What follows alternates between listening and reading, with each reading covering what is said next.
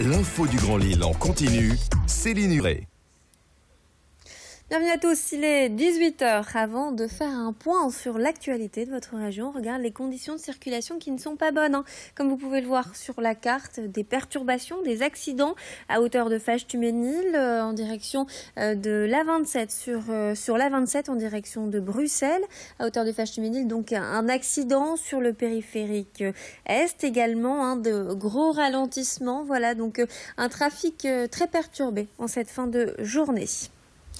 Les éclaircies sont de retour dans la région aujourd'hui, un temps agréable avec des températures qui ont atteint les 15 degrés dans la journée. On devrait pouvoir profiter de ce ciel dégagé toute la semaine, en tout cas, on l'espère.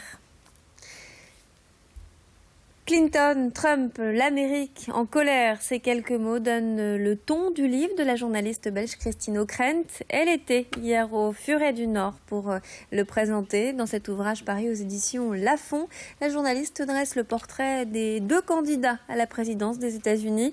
Elle décrypte également la manière dont se sont déroulées les primaires du côté républicain et démocrate.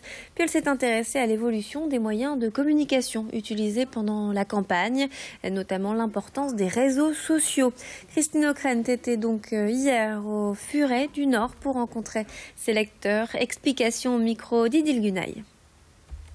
Ce qui m'a tout à fait intriguée et passionnée, c'est d'essayer de comprendre le personnage Trump, d'essayer de comprendre le parcours de cet homme qui vient donc, dont le père était déjà promoteur immobilier dans une banlieue de New York, et de voir comment cette espèce de fou lui-même a voulu prendre sa revanche sur une élite politique. Et donc, il me semble que face à Hillary Clinton, qui elle incarne jusqu'à la caricature le système tel qu'on le connaît, il était essentiel d'essayer de comprendre le phénomène Donald Trump. Raphaël, Gabriel, Ève ou encore Salomé, des prénoms dont les parents raffolent cette année. L'officiel des prénoms est sorti cette semaine. Une bonne lecture pour les futurs parents. Idil Gunaï a enquêté pour vous sur les prénoms stars de cette année. L'officiel des prénoms 2017 vient de sortir et comme chaque année, il publie le top 10 des prénoms les plus donnés. Alors dans notre région, 2 prénoms arrivent en tête, Jade et Léo, suivis de près par Louise, Jules, Chloé et Hugo. Alors comment les parents font-ils le choix du prénom de leur enfant? C'est la question que nous vous avons posée. Alors j'ai 2 garçons, un qui s'appelle Quentin, qui a 10 ans. C'était tout simple, je suis née le 31 octobre, c'est la Saint-Quentin. Donc c'est ma petite sœur qui m'a dit t'es née quel jour? On a regardé le calendrier, ça tombait la Saint-Quentin. On a donné le prénom de son grand-père, enfin de ses grands-pères, qui s'appellent Jules, tous les 2, tout simplement. On l'a décidé à 2. Ouais, non, c'était une évidence. Donc J'ai choisi pour le plus grand qui n'est pas là, Florentin, puisque, si vous voulez, c'est son arrière-grand-père qui portait ce prénom-là. Je trouvais poétique et qui portait une histoire, en fait. J'ai regardé en grande surface un abécédaire des prénoms. Et pour le deuxième qui a 4 ans et demi, on l'a appelé Gabriel. Et c'est Quentin qui a choisi, puisqu'il avait un meilleur copain qui s'appelait Gabriel à l'école. Et il s'avérait qu'après, c'était dans le top 10 ou top 5 des prénoms de son époque. Signalons l'arrivée dans ce top 10 des prénoms comme Lina, Maëlle, Inès et Raphaël. Il faut dire également que la tendance reste aux prénoms courts et avec beaucoup de sonorités en A et en O.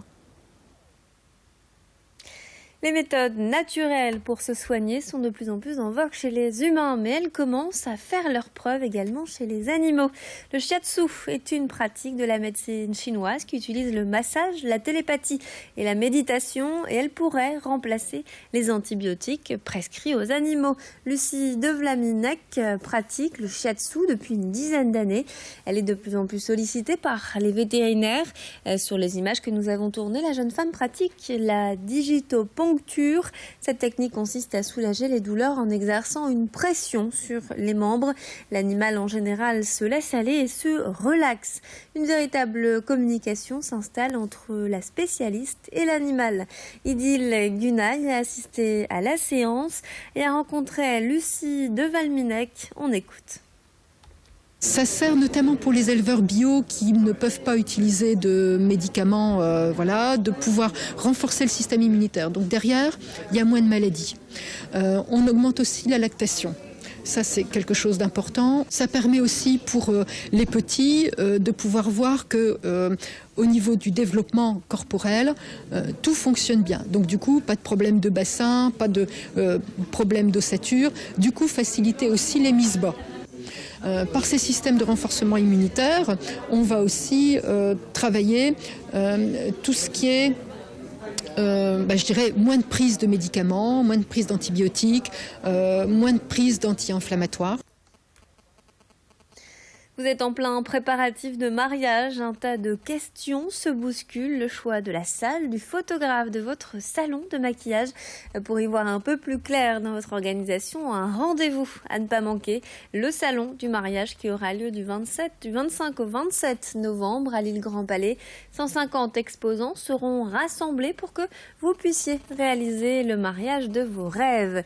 Et lors de la cérémonie, un moment en particulier est très attendu, la première danse, peut-être aussi la source de quelques angoisses pour ceux qui n'ont pas le rythme dans la peau.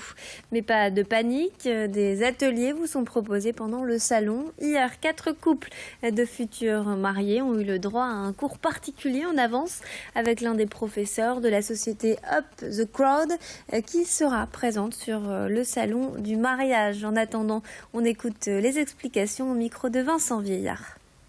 Il faut se lâcher, en fait, tout simplement. Se lâcher et puis prendre plaisir dans ce qu'on va faire, puisque ça reste une ouverture de bal, ça reste la chose pour moi qui est la plus belle, enfin pour nous qui est la plus belle. Et donc voilà, à partir du moment où on se lâche, on est là à profiter justement de le plus beau jour de sa vie, entre guillemets, quoi. On prend aussi bien les couples qui n'ont aucune notion de danse que les couples qui savent déjà danser. Si vraiment elles ne savent pas danser, on va reprendre les bases pour leur apprendre justement leur chorégraphie. C'est la fin de notre édition. Tout de suite, votre météo sur Grand Lille TV avec Clotilde Le Guevac. Restez avec nous.